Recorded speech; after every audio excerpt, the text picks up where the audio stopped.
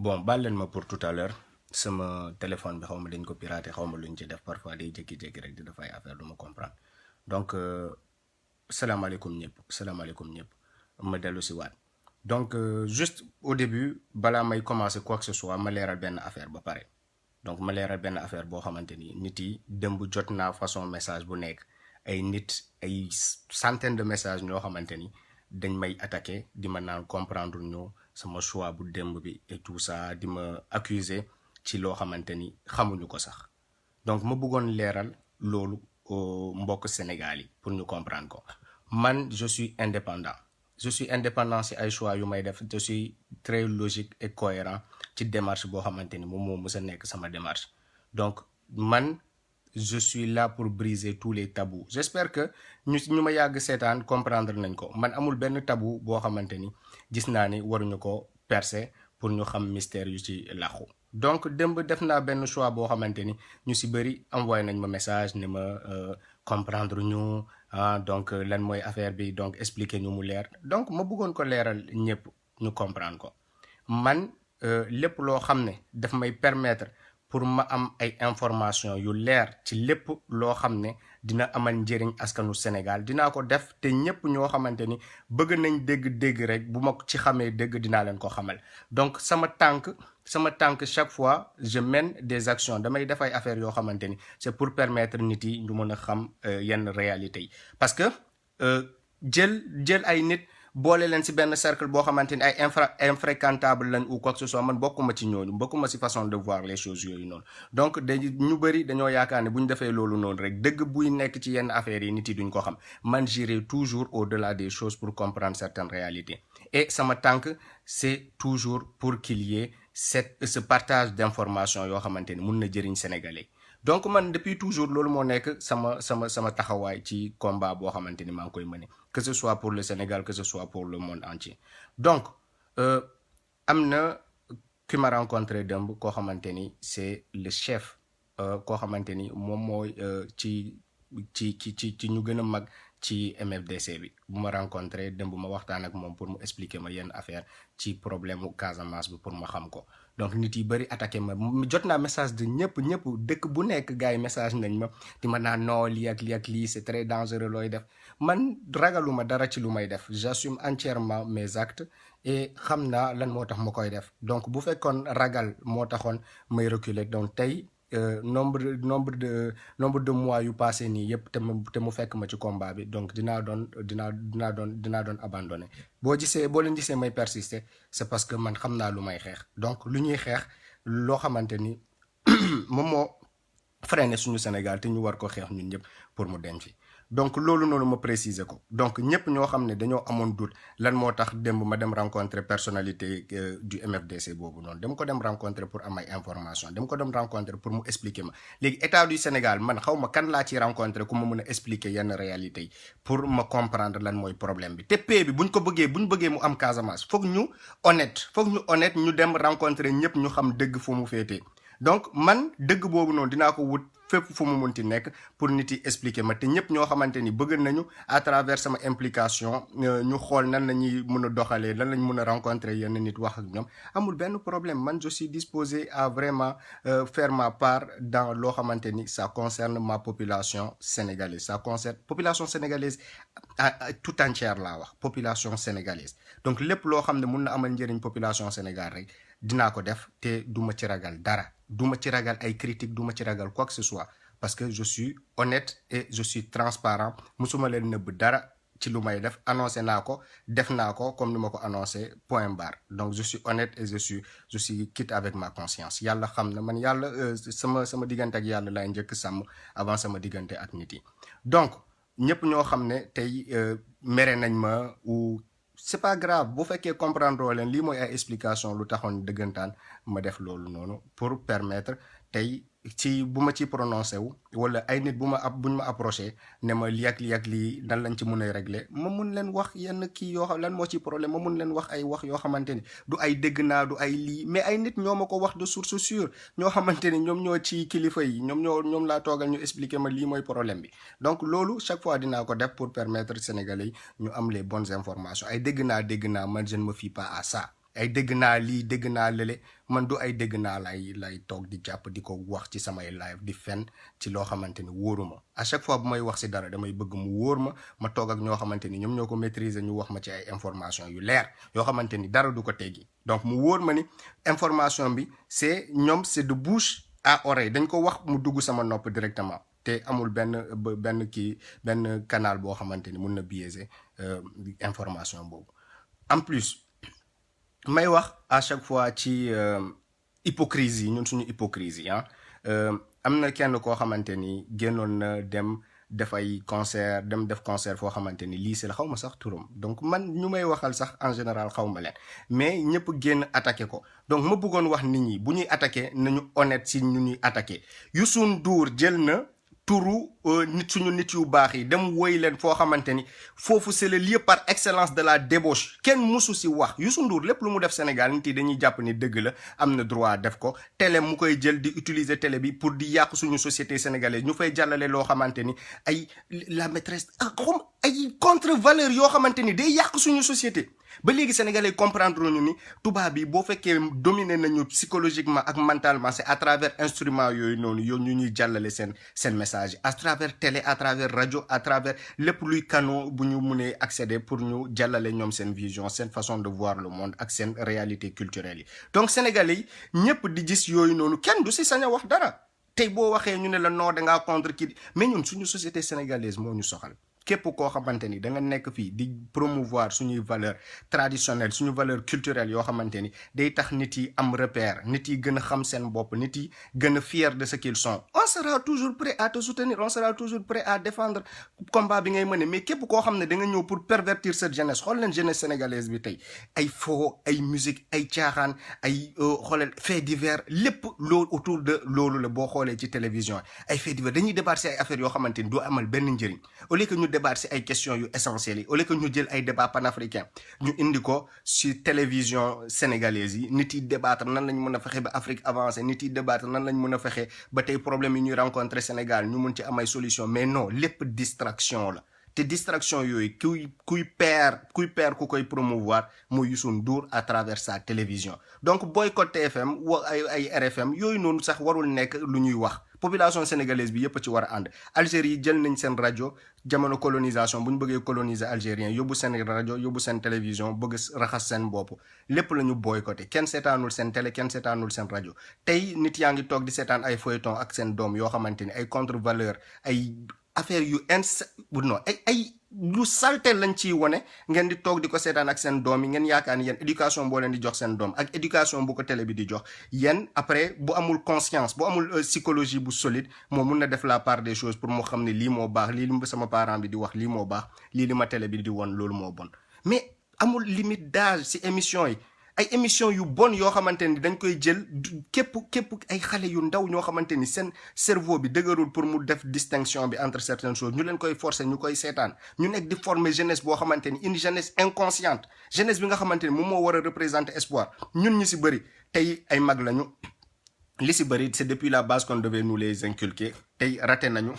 éducation de base boobu noonu éducation à la citoyenneté éducation au patriotisme yooyu noonu raté nañ ko mais c'est cette jeunesse là bi nga xamante ni moom moo porter espoir jeunesse bi moom moo war a porter combat bi donc ñu ngi bàyyi jeunesse bi di dem ci voie yoo xamante ni ay voie la sans juste yi impasse la jeunesse bi day dem retrouver wu benn moment bi nga xamante ni du ñu xamati fan la ñuy poser pied ils seront des proies à tout vent bi nga xamante ni day ñëw vent bu ñëw daf leen di emporter parce que ñoom amuñu assise bu dëgër ci lépp loo xamante ni moom mooy suñu réalité mooy suñu valeur mooy kii yooyu noonu donc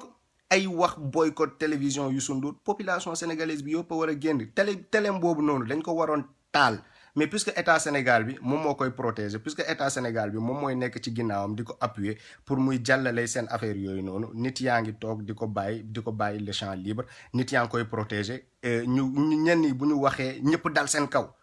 mais gaan bi concert bu mu def noonu ci lycée bi man ci internet bi laa ko gisee vite fait mais ñëpp ci wax mais ku nga xamante ni moom mooy père bi yàgg na ko def mais kenn sañul wax ak moom mu ngi woy turu sëriñ yi fu nekk ñun diine bi bu ñu arrangé ñu wax si bu ñu arrangé wul ñu ne non kii nii waaw lii waruñu ko bàyyi mu jàll ñu dem dal ci kawam parce que il est faible il est sans défense il faut qu'on soit honnête yenn saa yi bu ñuy critiquer il faut qu'on soit honnête yenn saa yi bu ñuy jël position nit boo jël position dafa war a nekk position bu objective loo xamante ni ñëpp dinañ ko gis ñëpp dinañ xam ni kii nii lu muy défendre lu dëggu la mais défendre benn affaire nii parce que da ngay choisir say cible am nañ suñuy cible suñu société bi dara baaxu si dara baaxul si suñu société sénégalaise bi ba amuñu ay patriotes amuñu ay panafricains amuñu ay citoyens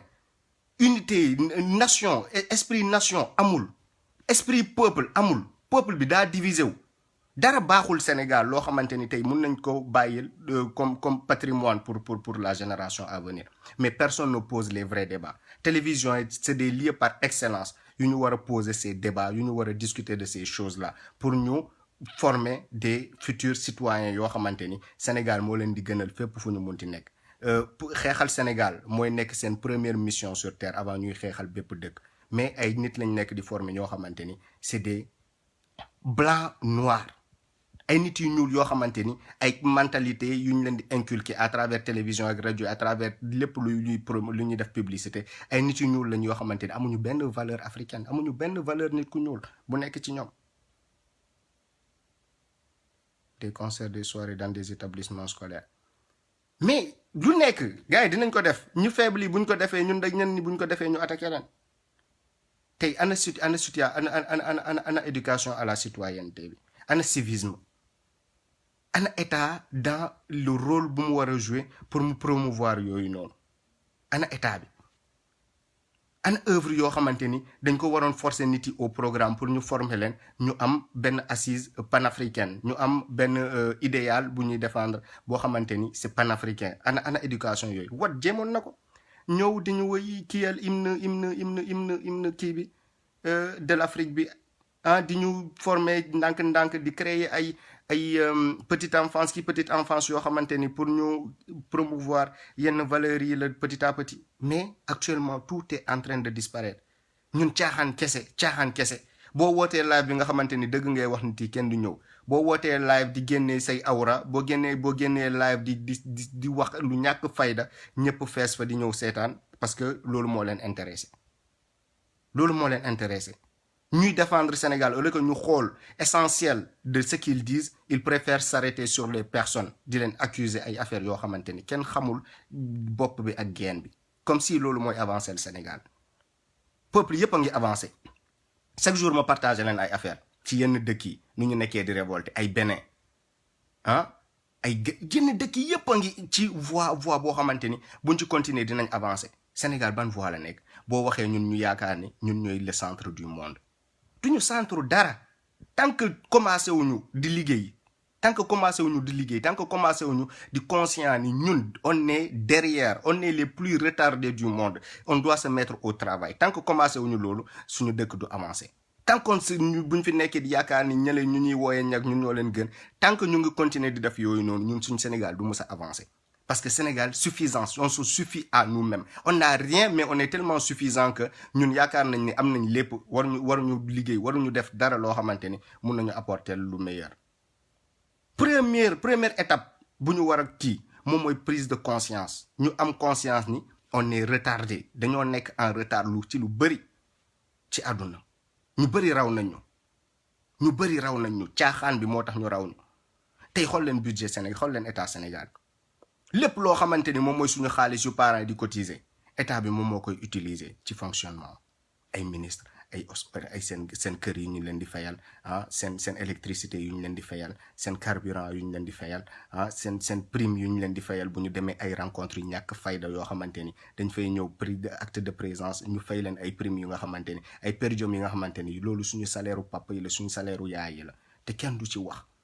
naan budget état Sénégal dugal nañu tel montant tel pourcentage ci budget éducation bi nekk à terre population sénégalaise bi kenn du si demander question ana xaalis bi yëpp lu ñuy wax dañ ko dugal ci côté éducation kenn du si wax ça n'intéresse personne dañuy jël ay nit voter pour ñoom mais Sénégal lan moo tax du avancer parce que institution ñooy permettre à un président de faire tout ce qu'il veut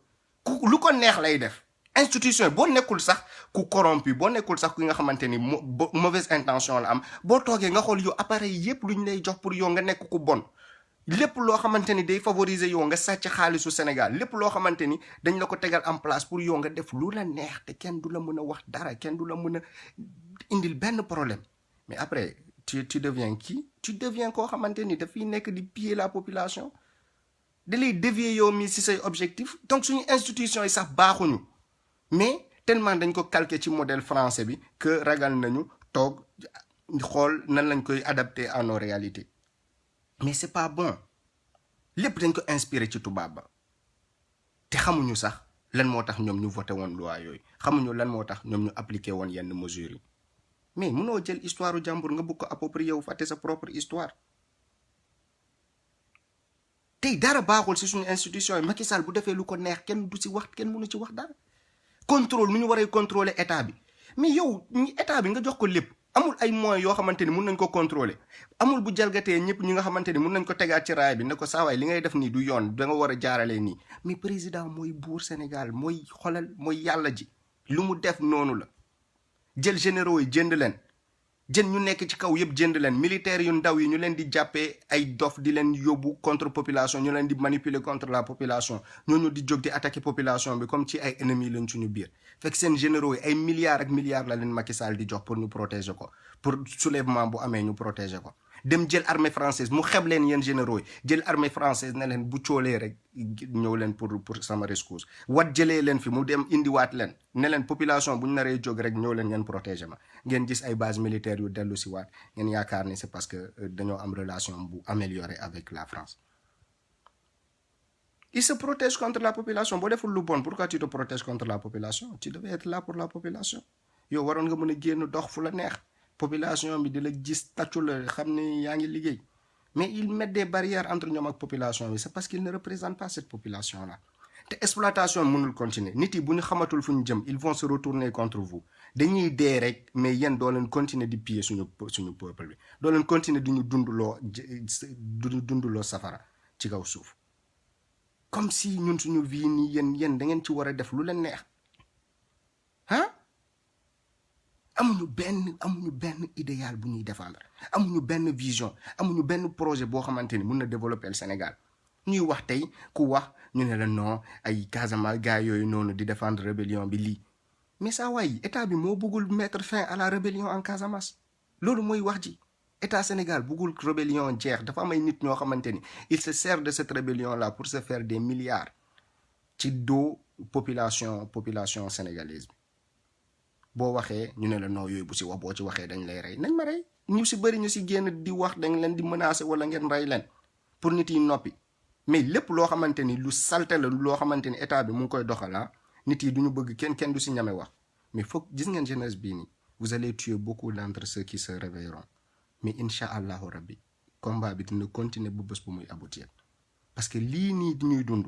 lii nii gilets jaunes yi di révolté wu te ñun africain ñu am pire situation yu ñuy vivre loo xamante ni daf ñu waroon pousser ñu révolté wu ñu ngi toog ay nit complice ay hypocrite di ñu manipuler pour que lii continuer ci suñu kaw pour lii nii continuer ñun ñuy continuer di dund souffrance ci kaw terre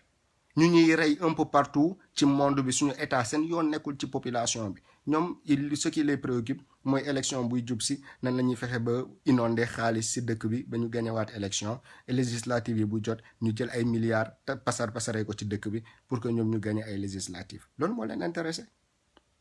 mais yéen li ngeen di dund li ma leen di wax chaque jour souffrance yi ngeen di dund seen yoon nekkul ci régler ko donc population bi yéen ñii di souffrir yéen a war a constituer force boo xamante ni vous allez appeler cet état là pour mu conscient ci rôle bu mu war a jouer pour la population sénégalaise ñun ñoo leen fi bàyyi au nom de ñun la ñuy jëlee ay décisions mais suñu souffrance mosul disparaître ñoom une fois que nommé nañ leen dara ils sont à l'abri du besoin jusqu'à la fin de leur jour xaalis yu ñuy am yu nekk seen compte en banque yi kenn du ko mënati compter dootuñu mësati nekk pauvre ba bés bu ñuy dee et soi-disant yéen lañ nekk di représenter yéen chaque jour malgré ministre yi di ñëw di dem suñu benn problème du faju de façon définitive tey gilets jaunes yi rek di xeex ñun sénégalais yi dara baaxul ci suñu dëkk dara ngay gis man bu ma leen gisee bu ma génnee doxantu ci mbedd Paris yi ma xool leen xool détermination yi damay ne moo ñii ñoo bëgg a libéré wu mais Sénégal ñun ñoo leen ëppale problème 10 milliards de fois 10 milliards de fois kenn mënu leen téye parce que ay jeunes la yu déterminé yoo xamante ni dañoo xam ne lii buñ ko xeexul fii ba 50 ans dañ koy continuer subir ñun Sénégal lii nii buñ ko xeexul xam ngeen ñaata at lañ koy subiraat ah ak même mise France bii nii ak même mise puissance coloniale yi nii xam ngeen ñaata année la ñuy continuer subir même souffrance yi ñuy subir éternellement mais à un moment donné nañ toog ñuy xoolante ñu waxante dëgg lu baaxul ñu ne lii baaxul nii nañ ko xool nañ koy changer mais toujours Sénégal pour nga am espoir fa nga génn Sénégal fa nga dem bitim réew nga ñëw fii nii Macky Sall dem voté ay loi ñu rapatrier la nga toogaat Sénégal tumaranke dof parce que souffrance yi nga dawoon Sénégal même souffrance yi ñoo lay rattraper ay nit yaa ngi fii ay château ay porte de la Chapelle ay sénégalais comme ay clandestins comme ay SDF comme ay SDF ay sénégalais ñoo xamante ni misère lañ daw Sénégal ñeneen yaa ngi préparé wu pour ñëw kenn mënoo décourager kenn mënoo wax ba kenn décourager parce que gars yi lu ñuy dund nii mënatuñu ko muñ nit yi chaque fois boo waxee ñu ne la Sénégal jàmm jaa ngi fii Sénégal lii mu ngi fii Sénégal jàmm ji nekku fa Sénégal hypocrisie moo fa nekk di raayante di waxante lu kii lu koy neex au lieu que ñu xoolante waxante dëgg luy avancer le Sénégal ñuy toog di raayante di naxante pour que ñu continuer ci di supporter lii nii ñu leen yéene jàmm ak ñu leen yéenewul jàmm ba léegi mënuñu def la différence entre ces gens là ñu yaakaar ni ku nekk ci kaw état bi moom moo ñu yéeneel jàmm alors que moom mooy suñu ennemi moom moo ñu pare rey moom moo ñu nekk di rey nit mun nga ko rey nga jël fetal dóor ko ci bopp bi léegi mu dee mais privé ko de tout lépp loo xamante ni da koy permettre mu survivre loolu rey ko la loolu crime la contre l'humanité crime la yaa ngi rey nit te waxoo ko yaa ngi rey nit Sénégal ñu ngi ñuy rey lu ñuy indi di ñu ko jox ñuy lekk président yi xam ne daf ñuy rey mu ngi ci biir Sénégal am pagaille lekk yoo xamante ni suñu espérance de vie da koy wàññi Sénégal boo amee 50 ans rek yaa ngi préparer sa tombe fii nii nit yi dañuy dund ba 70 ans xalaat ni mën nañ dund lu ko ëpp 75 80 Sénégal ku am 60 ans rek mu ngi préparer tombe parce que c'est exceptionnel léegi nit yi dund ba 60 ans sax tellement am nañ problème tellement que dañoo sonn on est tellement fatigué que dara mënatuñu ko am comme espoir sama gars yi dara luy solution sama gars yi yéen jeunes yi bu fekkee mag yi am nañ âge yoo xamante ne mënu leen permettre ñu xeex yi ma leen di wax dañu organiser wu sama gars yi ne croyez pas que da ngeen tuuti ci lii nii peuple yuy génn am masse yi nii yëpp peuple yi di mobiliser wu am milliers ñooñu ñoo renverser les pouvoirs lan moo tax peuple sénégalais bi mënu ko réussir lan moo tax peuple sénégalais bi parce que lan tu ne peux pas comparer la France et l'Afrique nañu comparer Sénégal ak Rwanda nañu comparer Sénégal ak Ghana nañu comparer Sénégal ak Éthiopie nañu comparer Sénégal ak Nigéria nañu comparer Sénégal ak Côte d'Ivoire pays yooyu noonu yëpp ñoom ñoo ñu gën a avancé Sénégal amul dara amul système de santé bu baax amul dara amul avenir pour xale yi industrie dara amul il n'y a pas ay nit ñoo xamante ni état bi mu ngi leen di employé ñoo xam ne dañoo waroon mun a liggéey amul chômage de masse bi moom moo fa nekk ñu koy étouffer à travers ay chiffres yoo xamante ni dañ koy génne pour di setal deru état bi dina croissance à 7%. On se fout des Sénégalais quoi honnêtement croissance à 7%. yéen Sénégal croissance à 7% gars yi mënuñu am lu ñuy lekk ban croissance la loolu ban façon croissance la croissance à 7% boo xamante ni tey bu ma feebaree hôpital ci mbedd ci couloir hôpital yi laay fanaan croissance à 7%. Tu me parles de croissance à 7%. Hein? Ils se foutent de nous si di ñu xool les yeux dans les yeux di ñu manquer de respect pour di ñu nax di ñu jàppee ay xale. Non gars yi après dinaa la passer sama numéro gars yi nañu organiser wu bu kenn xeeb loo xamante ni moom mun na nekk apportam ci combat bi bu ñu paree libérer Sénégal dinañ ko libérer parce que Sénégal ñun ñoo ko moom. newuma leen génn leen def leen loo xamante ni seen intérêt du ci nekk Sénégal bu baaxee sa waay ñun ñëpp dañuy ñibbi ñun ñi yëpp nekk bitim réew fi ñuy wax racisme gis ngeen keroog dem nañ Metz di fa marche contre le racisme ngeen yaakaar ni suñu président de la république yi bu ñu créé woon condition yu baax pour ñu toog Sénégal dinañ fi ñëw Europe ba gars yi di ñu traité de ay golo ba ñuy traité de golo singe di ñu subir loo racisme ngeen yaakaar ni Sénégal suñu état yi bu ñu liggéeyoon ñun dinañ fi nekk di essuyer insultes yooyu noonu yëpp di forcer suñu bopp ci dëkk boo xamante ni bugguñu ñu si bëri bugguñu dañoo bëgg ñu ñibbi mais dëkk yooyu noonu ñoom ñoo nekk di téye Sénégal à travers ay présidents yoo xam ne dañ leen fiy teg pour ñoom lépp loo xam ne mënuñu ko jaay ñu envoyé ko Afrique lépp loo xam ne ñu ngi koy perdre comme marché ñu créer ko Afrique lépp loo xam ne instant yi nii seen entreprise yi au bout de la faillite lañ nekk ñu créer leen une renaissance ñu kiiwaat leen relancer waat leen à travers suñu ay ressources à travers suñu ay xaalis à travers suñu ay kii yu ñu leen di accorder pauvre sénégalais bi muy continuer rek hypocrisie bi muy continuer rek nit yi di woy président de la république parce que dañoo bëgg am xaalis kon du ma mës a tàgg président pour mu may ma xaalis je préfère me battre contre président de la république pour que sénégalais yépp am jàmm jooju noonu du ma la woy Macky Sall pour nga dem jox ma xaalis soxlawu ma sa xaalis du ma woy benn ministre pour mu wala di ko woyaan wala di ko tàgg pour mu jox ma xaalis soxlawu ma seen xaalis man je vais me battre contre vous contre yéen ñi yépp di toroxal askanu Sénégal je vais me battre contre vous pour que ñépp am jàmm jooju noonu c'est la voie la plus hypocrite boo xamante ni moom la nit yi di employé mooy di nekk fii di martaatu nit ñi pour ñu jox leen xaalis soxlawu ma seen xaalis jox leen ko sénégalais yi ñu dund jox nañ ko partager ñëpp nañ ko partager ñëpp mun ci am pas que ngeen nekk fii di ko jox ñoo xamante ni dañ leen di wax lu leen neex dañ leen di caresser au sens des poils pour ngeen jox leen ko lan moo tax sénégalais yëpp waruñu mën a am même droit du tax sénégalais yëpp mënuñu am même droit lu tax yéen a leen gën yéen a gën ñu ngeen xam ñoo xamante ni yéen a ngi leen di teg yii nii yéen a leen gën yéen vous méritez plus le bonheur que ces gens-là vous méritez plus de vivre sur cette terre mieux que ces personnes-là képp koo xam ne léegi Sénégal dafa war a am dara foog mu plier wu foog mu ñàkk dignité am foog mu pervertir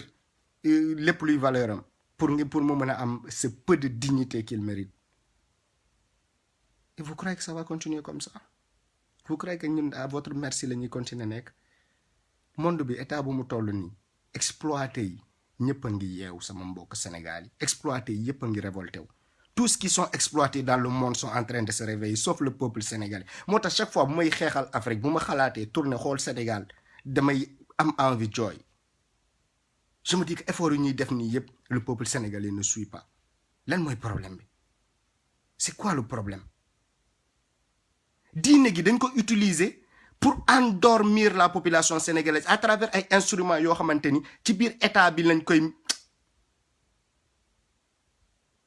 lépp loo xamante ni waxuma leen diine bi dafa bon mais à travers diine bi dafa am ay mécanismes yoo xamante ni moom la ñuy employer pour di ñu endormir pour di ñu maintenir ñun loolu la ñuy utiliser pour di ñu continuer exploiter sama gars yi ay gëm yàlla ay yàllaa ko dogal ay affaires yoo xamante ni kenn dootul référé wu ci affaires yi de cette façon léegi mais ba léegi ñun Sénégal ñun peuple bu éveillé bu civilisé peuple bu kii ñun chaque fois boo waxee rek ñu ne yow buur yàllaa ko fiy teg buur moom yàllaa ko fiy teg boo ko kiiyee mu kii yàlla moo ko fiy teg pour mu leen di teg yéen lu mu leen di teg yàlla kañ la ko sant pour mu teg leen lu mu leen di teg yàlla kañ la ko sant pour mu sàcc milliards yu muy sàcc yàlla kañ la ko sant pour mu leen di pour muy jël suñu dëkk jaay ko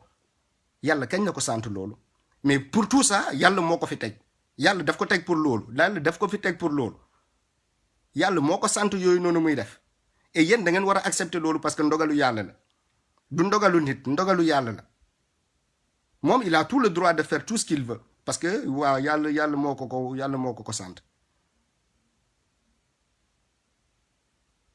suñu problème bi lu bari ci biir bopp bi la nekk suñu façon yu ñuy xoolee affaire yi suñu façon de voir certaines choses te nañ dem gëstu ji nañ dem lire nañ dem uti ji xam-xam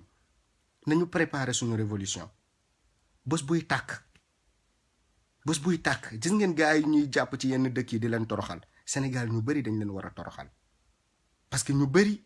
ñoo xamante ni dañ leen privé de tout dans ce pays là c'est à cause de certaines personnes ñu concentrer toutes les ressources de l'État entre leurs mains mafia bi ñoo xamante ni chaque jour c'est les éternels présents les éternels présents ñoom ñoo fi mus a nekk éternellement depuis toujours ñoom ñoo fi mu nekk ñoom ñoo fi nekk seen famille di nekk ay multi milliardaires ñuy toog ak ñoom ñuy dem di leen wayaan di toroxlu di toroxal suñu bopp pour ñu mën a am dara ci seen loxo alors que suñu xaalis lañ nekk di jël di ñu ko joxaat jabaru Macky Sall liggéeyul amul benn liggéey muy jël xaalis di ko dem joxe n'importe où sénégalais yi jàpp ni c'est normal buur moom waaw bu nekkee buur moom lépp dagan na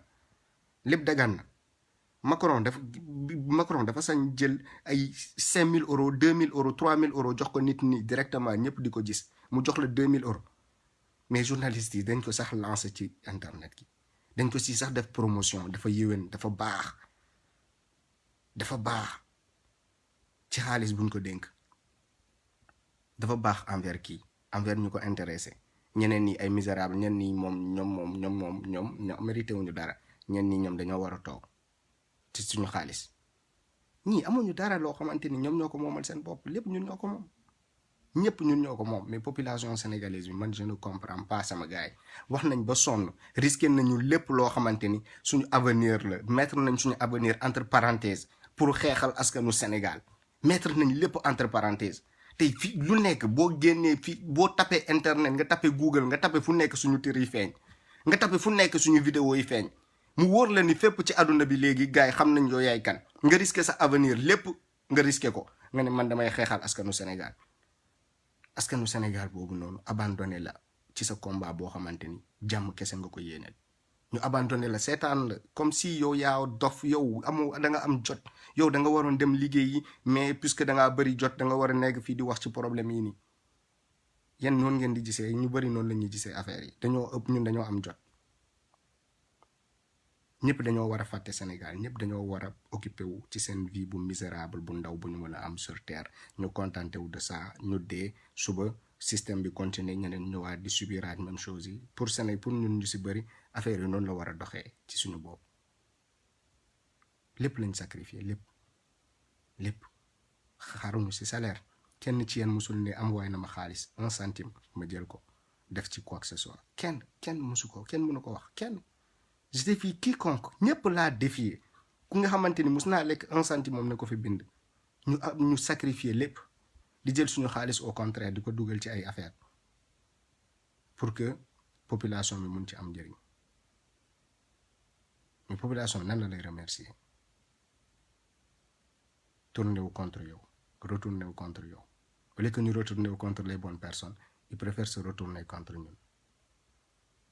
lan la ñuy gagner si lu ñuy def à part bëgg rek Sénégal baax ñëpp avancé lan lañ ci gagner 1 centime ñu si bëri dañ la koy wax sa perte de temps la parce que peuple sénégalais bi mérité wu ko mais je crois que peuple sénégalais bi moo ko gën a mérité que n'importe quel peuple parce que peuple Sénégal dafa bëgg a liggéey gars yaa ngi dem ba traverser géej bi pour am liggéey ñu xañ leen ko seen biir dëkk ñu ne peuple sénégalais bi peuple bu fainéant la peuple bu fainéant gars yi ñoo ko téye gars yi ñoom ñoo noot peuple sénégalais bi ñoom ñoo noot askanu Sénégal loolu moo tax Sénégal avancé wul mais Sénégal ay brave nit kese ñoo fa nekk ay ñu bëgg a liggéey ñu bëgg a tekki kese ñoo fa nekk ay ñoo xamante ni boo waxee ak ñoom ay rêve yoo xamante ni mais seen rêve yi yëpp entre guillemets lañ ko def à cause de état yu ñu am rêve yi yëpp entre parenthèses lañ ko def kañ la rêve yooyu di réaliser wu à 18 ans tubaab tekki na 19 ans 20 ans 23 ans am na liggéeyam ba am jabaram xoolal africain à 30 ans amagul sax liggéey mu ngi ci université yi ragal génn ci université parce que bu génnee xamul ci lu muy jàpp à 28 ans yaa ngi encore di jàng rek parce que xamoo leneen looy def lu dul jàng amoo leneen looy def yow da ngay jàng rek parce que moom mooy seul issue boo gisagum di jàng rek di espérer rek amoo dara lu lay employé dara non sama gars yi nañuy génn ñuy waxante dëgg lu doxul ñu toog xoolante dans les yeux ñoo xam ne booy bi nii peut-être lu muy wax du ki amul teggin amul lii mais nañ ko nangul loo xamante ni mooy dëgg ni on doit changer les choses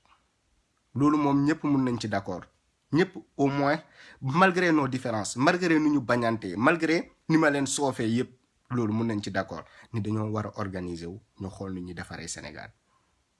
loolu munul ñàkk bëgguma leen neex forcément parce que dama bëgg ñu defar Sénégal loolu moo ma intéressé bëgguma fi neex kenn def lu ko neex lii ak lii man je me bats pour un idéal bu fekkee neex na ay nit alhamdulillah bu fekkee neexu leen tamit man je suis cohérent ci sama démarche je suis cohérent je suis en phase ak man loo xamante ni moom mooy sama taxawaay bu fekkee neex na ay nit alhamdulillah bu fekkee neexu leen tamit je ne suis pas là pour plaire je suis là pour défendre quelque chose mais nañ ko défendre ensemble man je ne suis pas payé pour faire ça je ne suis pas payé kenn musuma fay pour may génn di internet bi di wax kenn élection yi gars yi jël nañ booy Sonko la lii ak lii di ma fenal di bind fu nekk kii Sonko mais je suis libre de soutenir qui je veux je soutiens le progrès je soutiens le changement je soutiens lépp loo xam ne man méngoon ak sama vision pour Sénégal changer mais nañu léegi nañu bàyyi homme politique yi parce que ñoom ñu si bëri boo waxee dañu naan politicien la man du ma politicien man nit laa buy souffrir comme yéen nit laa boo xamante ni daa bëgg ñibbi dëkkam nit laa boo xamante ni tey dama bëgg Sénégal baax ma toog bépp nationalité bu ma munti amoon ci àdduna sax ma xotti ko ni man nationalité sénégalaise moo ma ko gënal parce que mun naa tekki sama dëkk mais ay nit léegi sax dañuy bëgg bàyyi nationalité sénégalaise tellement ils ont des choses qui leur font mal boo waxee nit yi ree mais c'est grave tey ñu si bëri tey Sénégal boo leen kii woon tuuti nga éprouver leen tuuti nga ne leen xoole saa waay kay ma jox dañuy xotti sa nationalité sénégalaise dañ koy xotti sa kanam ne la bàyyi jox ma nationalité bële moo gën loolu ban façon citoyen la noonu ñooy defar dëkk noonu lañu waree defar dëkk ñàkk espoir ñàkk bépp perspective pour suñu dëkk pare xotti suñu nationalité pour di dem bootu ci nationalité keneen parce que amuñu espoir ñun noonu lañu war a Sénégal noonu la war a continuer quoi à travers cette façon de il y a tellement de choses à dire que mënuñu wax lépp mais sama gars yi man lu may def yow mun nga ko def keneen mun na ko def ñun ñëpp buñ ko defoon ñii dañ fiy jóge ñun ñëpp buñ ko defoon di ngeen dund jàmm boo gisee ngeen nekk ci live bi di ko seetaan c'est parce que on a cette chose en commun boo xamante ni moom moo ñu lié mooy suñu souffrance am na lu bari lu ñuy séparer mais on a cette chose en commun loo xamante ni moom mooy suñu souffrance loolu daf ñu lié malgré que ma nekk jaaxanke soose joolaa bambara olof séeréer ñun ñi yëpp on partage cette même souffrance nga nekk murid tijaan xaadar xawma lan ñun ñi yëpp on partage les mêmes souffrances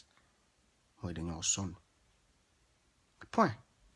léegi différence yooyu noonu la ñuy teg de côté ñu xool coono gi nekk Sénégal nan lañ koy renverser mu nekk bonheur pour tout le monde que ñëpp ñu accaparer de ce pouvoir là pouvoir bi génn seen loxo mu revenir au peuple sénégalais c'est ça le débat c'est ça la question à débattre donc buñ ko defee dinañ nekk ci jàmm buñ ko parewul def nag sama gars yi maintenant au bout d'un moment nit laa kese bu ma gisee ni affaire yi kiiwul noonu découragement mun na ma envahir désespoir mun na ma envahir comme tout le monde donc dañoo war a jàppalante ci affaire yi pour ñu avancer dañoo war a jàppalante ñu si bëri di wax di leen solal cravate bu ñu génnee wax ngeen yaakaar ni ñoom ñooy waxkatu dëgg yi amuñu diplôme yu ñu amul mais c'est parce que dañoo choisir ni ñun dañuy nekk ñoo xamante ni tey dañuy xeex parce que ñu ngi sonn comme yéen duñ leen nax duñu def semblant de quoi que ce soit di leen solal cravate costume dañuy génn ak suñu bopp yu jaxase yi pour wax ak yéen pour déconstruire mythe intellectuel bu ñuy dugal seen bopp ne intellectuel nii la war a mel gars yi gënuñu nekk intellectuel gënuñu am diplôme gënuñu jàng mais dañoo choisir posture bii nii pour ngeen référer pour ngeen mën a am repère ni ñii nii solu lii di ñu wax lii c'est des gens en général ñoo xamante ni dañu fi nekk di toroxal intellectuel Afrique lan la ñuy dem jàng mooy nan la ñuy naxee nit nan la ñuy semer corruption ci kaw terre nan la ñuy lawal corruption mais vrai intellectuel mooy kuy xeexal dëkk peu importe nu muy solo peu importe mais bu waxee rek nga xam ne kii nii lépp luy jëriñ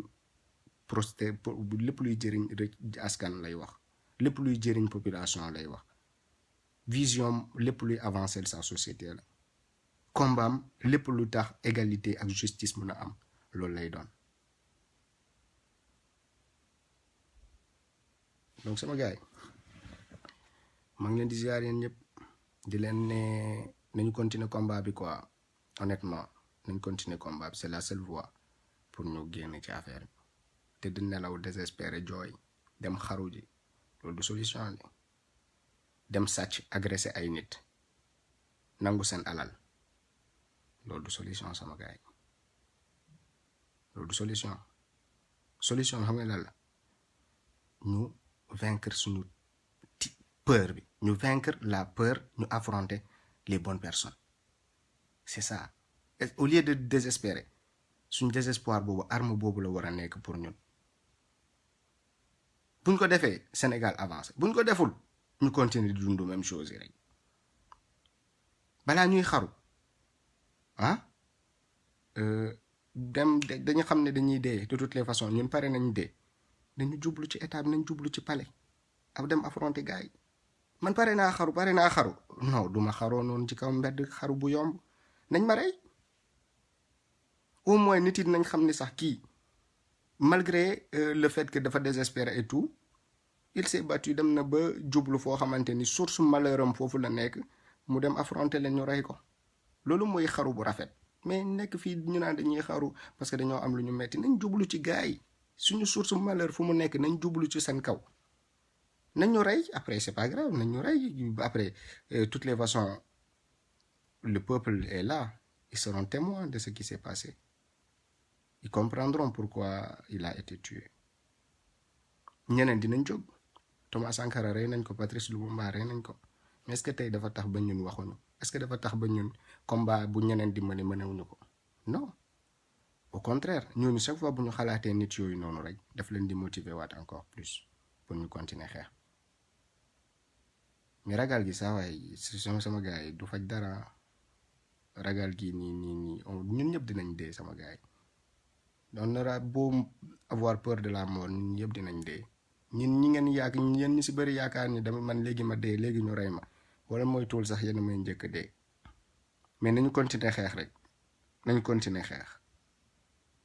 bés bu ñuy dee ñu naa bés bu yàlla di tudd la ñuy dee bés boobu la ñuy dee bés boobu bu yàlla di depuis bu ñu juddoo la yàlla bind bés ban bés la ñuy dee man jour boobu laa gëm ne laay dee jusqu'à la preuve du contraire jàpp ma ni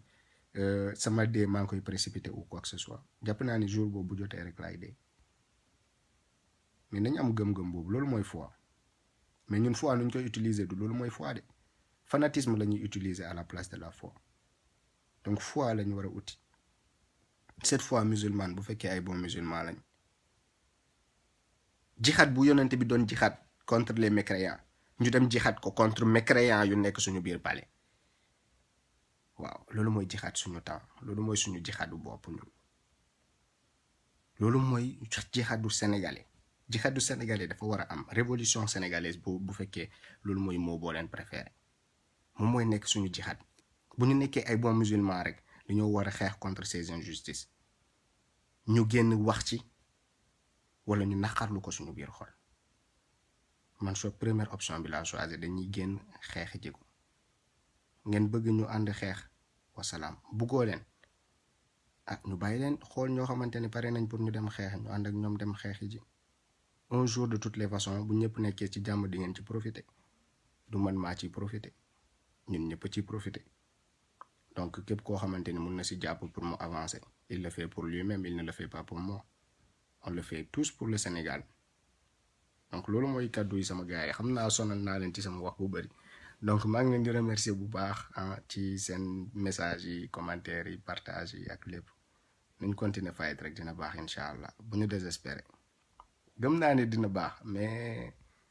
c'est après le sacrifice c'est pas après le sommeil c'est après c'est pas un dormant ce n'est pas un nekk di caaxaan di xool lu lay fàttaloo dem tuxay boon gis ngeen yooyu yëpp ci solution sama gars yi solution bi lan la suñu mer suñu kii bi nii suñu xadar bi suñu mécontentement bi daa war a yokk ba muy exploser waruñu ko anesthésier di dem di tox di naan di ba fàtte pour ma fàtte non non nañu xooleen seen colère boobu laa soxla seen rage boobu laa soxla man ñu boole ko pour ñu dem changer Sénégal bàyyi leen seen rage bi exploser ñun ñëpp suñu rage exploser dinañ changer Sénégal bu leen ko endormir donc maa ngi leen di remercier bu baax sama gars yi di leen souhaiter une très très bonne journée voilà donc maa ngi jégalu bu fekkee vexé naa ñeen ni mais c'est pour bien faire donc ngeen mun ko pardonner bu fekkee comprendre ngeen lan moo tax ma wax ko donc salaamaaleykum bonne journée à tout le monde